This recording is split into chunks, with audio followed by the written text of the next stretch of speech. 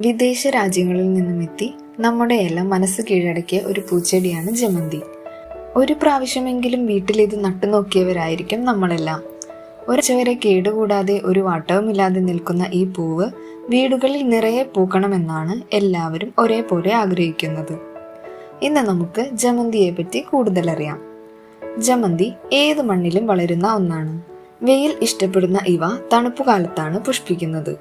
September October മാസത്തിൽ നട്ടാൽ December മുതൽ പൂത്തു തുടങ്ങുന്നതാണ്. ഇവയുടെ വിത്തും തണ്ടും നടുന്നതിന് അനുയോജ്യമാണ്. പൂക്കൾ ഉണ്ടായതിനു ശേഷം ചെടിയുടെ തണ്ട് താഴ്ത്തി വെട്ടുന്നു.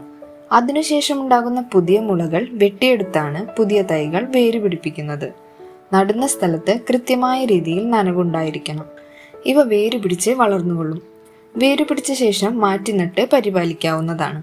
ചെടിയുടെ വളർച്ചയിൽ ദിവസവും നല്ല നനവ് ആവശ്യമാണ്. വളപ്രയോഗത്തിൽ ധാരാളം വെള്ളം ചേർത്ത ജൈവവളമാണ് അനുയോജ്യം. വെള്ളം അധികമായി കെട്ടിക്കിടക്കാതെ ശ്രദ്ധിക്കണം. ഇവയ്ക്ക് ചാണകപ്പൊടിയേക്കാൾ ആട്ടിൻകാഷ്ടം പൊടിച്ചത് 2 ആഴ്ച കൂടുമ്പോൾ ഇട്ടുകൊടുക്കാവുന്നതാണ്. മഴക്കാല സമയത്ത് വേരിനെ കീടങ്ങൾ ബാധിക്കാതിരിക്കാൻ വേപ്പിൻകുരു പൊടിച്ച് ഇട്ടുകൊടുക്കാം. ചെടികൾ മുട്ടിട്ടു തുടങ്ങുമ്പോൾ എല്ലുപൊടി നൽകാവുന്നതാണ്. ഇത് മുട്ടുകൾ മുഴുവനായും വിരിയുവാൻ സഹായിക്കും. പൂക്കൾ വിരിഞ്ഞ് വാടി തുടങ്ങിയാൽ അവ മുറിച്ചു മാറ്റേണ്ടതാണ്. ഇത് ചെടിയുടെ വളർച്ചയെയും ആരോഗ്യത്തെയും സംരക്ഷിക്കും. മഴക്കാല സമയത്ത് ഇവയ്ക്ക് നേരിട്ട് മഴ തുടർച്ചയായി കൊള്ളാത്ത രീതിയിൽ സംരക്ഷിക്കണം. ജമന്തി പൂക്കൾ വീട്ടിൽ നട്ടവർ നിങ്ങളുടെ അനുഭവങ്ങളും അഭിപ്രായങ്ങളും കമന്റിൽ രേഖപ്പെടുത്തൂ.